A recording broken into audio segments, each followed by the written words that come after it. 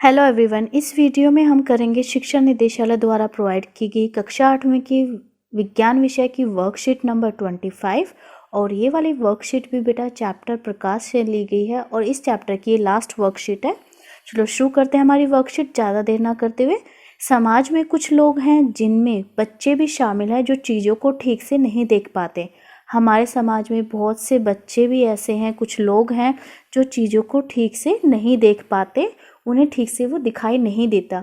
कुछ लोग जन्म से बिल्कुल नहीं देख पाते और कुछ लोग ऐसे भी होते हैं जो जन्म से ही यानी कि जब वो पैदा होते हैं तब से ही कुछ भी नहीं देख पाते, यानी कि हम कह सकते हैं वो अंधे होते हैं। लेकिन कुछ लोग ऐसे भी होते हैं जो किसी दुर्घटना या किसी बीमारी की वजह से अपनी देखने की क्षमता को खो देते हैं, परंतु कुछ लोग ऐसे भी हैं जो किसी दुर्घटना एक्सीडेंट की वजह से या किसी बीमारी की वजह से, डिजीज़ की वजह से जिनकी देखने की क्षमता चली जाती है।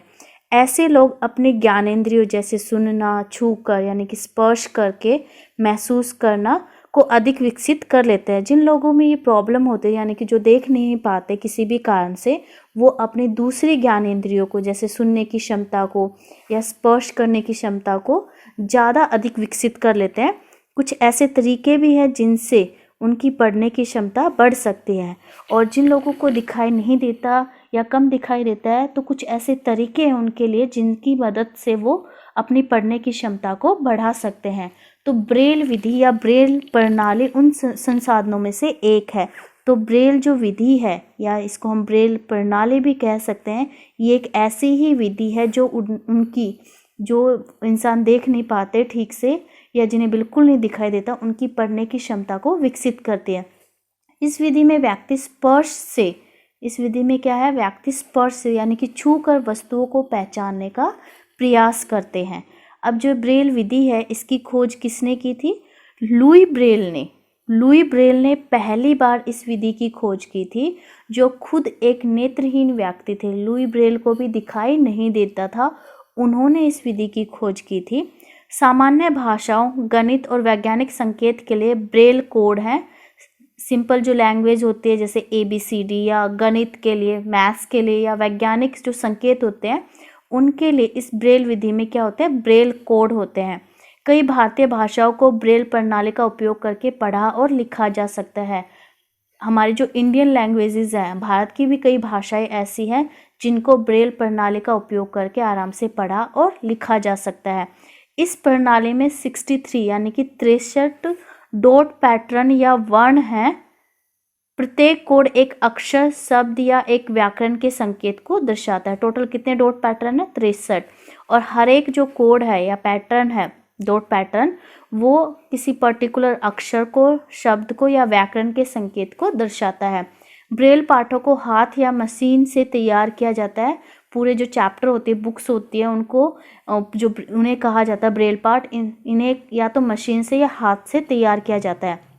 आजकल टाइपराइटर जैसी युक्तियाँ और मुद्रण मशीनें विकसित की गई हैं जिनकी मदद से बहुत सारी बुक्स को, बहुत सारी पुस्तकों को ब्रेल कोड की मदद से तैयार किया जाता है ताकि जो नेत्रहीन व्यक्ति है उन किताबों को पढ़ सके।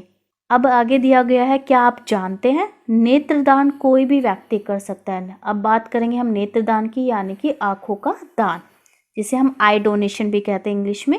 नेत्रदान कोई भी व्यक्ति कर सकता है। कोई भी व्यक्ति जो अपनी आंखों को डोनेट करना चाहता है वह यह कर सकता है।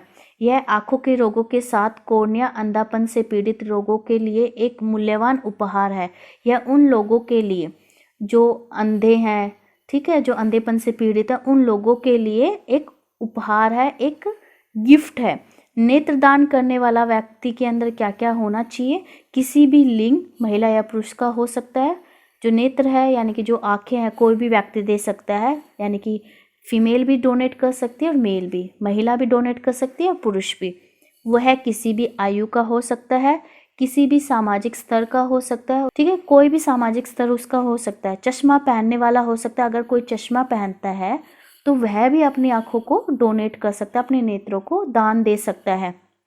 लेकिन एड्स, हेपेटाइटिस बी या सी, हाइड्रोलिसिस, ल्यूकेमिया, टिटनस, हैजा, मस्तिष्क अनुसंधान से पीड़ित व्यक्ति नेत्रदान नहीं कर सकते। लेकिन कुछ बीमारियां हैं जिस पर्सन को ये बीमारियां हैं, ये डिजीज़ हैं, वह नेत्रदान नहीं कर सकता। कौन कौन सी है? एड्स, हेपेटाइटिस बी या सी, हाइड्रोलिसिस, ल्यूकेमिया, टिटनस, हैजा, अनुसंधान। ठीक है, ये कुछ रोग हैं जो जिनको ये होंगे वो व्यक्ति नेत्रदान नहीं कर सकते। एक व्यक्ति जो आंखें दान करना चाहता है उसे एक पंजीकृत नेत्र बैंक के साथ एक प्रतिज्ञा लेनी होगी और अपने जीवन काल के दौरान अपनी आंखों को विरासत के रूप में रखना होगा।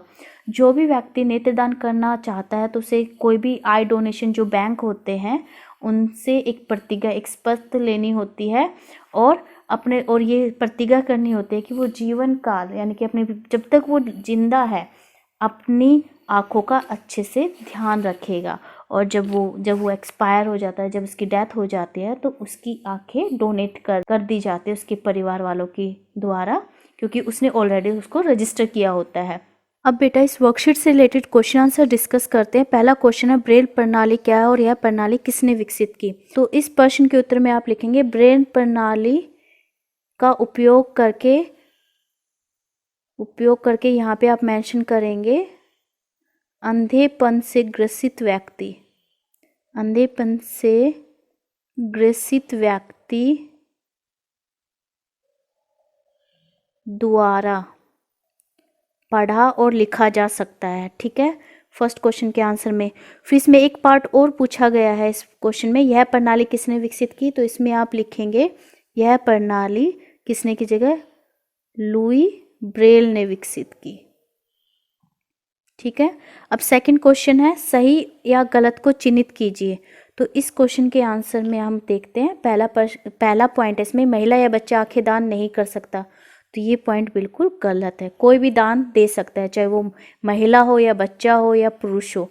फिर है चश्मा पहनने वाले व्यक्ति की मृत्यु के 4 से 6 घंटे के भीतर आंखें दान कर सकते हैं। तो ये बिल्कुल सही है कि 4 से 6 घंटे के अंदर कोई भी व्यक्ति अगर उसे नेत्र दान करने हैं तो 4 से 6 घंटे के अंदर उसकी आंखें दान दी जा सकती हैं। फिर तीसरा है नेत्रदाता किसी भी सामाजिक स्तर का हो सकता है। तो ये भी बिल्कुल सही है। ठीक है, गलत नहीं है, ये सही है। फिर है हाइड्रोलिसिस ल्यूकेमिया से ग्रस्त व्यक्ति नेत्रदान कर सकता है। तो ये बिल्कुल गलत है, हाइड्रोलिसिस ल्यूकेमिया से ग्रस्त व्यक्ति नेत्रदान नहीं कर सकता। फिर है प्रश्न नंबर 3, हमें अपनी आंखें नेत्र बैंक में दान क्यों करनी चाहिए? तो इस प्रश्न के उत्तर में आप लिखेंगे हमें अपनी आंखें नेत्र बैंक में दान करनी चाहिए ताकि किसी नेत्रहीन व्यक्ति को आंखें मिल सके,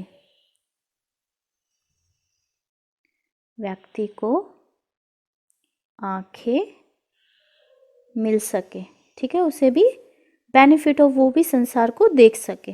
ठीक है, इस प्रश्न के उत्तर में आप लिखेंगे। फिर कोविड से रिलेटेड एक मैसेज है, कोविड-19 के विरुद्ध लड़ाई में सुरक्षित रहने के लिए मास्क पहने। सो बेटा इस वीडियो में इतना ही। Thanks for watching this video. Please like share and subscribe my channel. Thank you.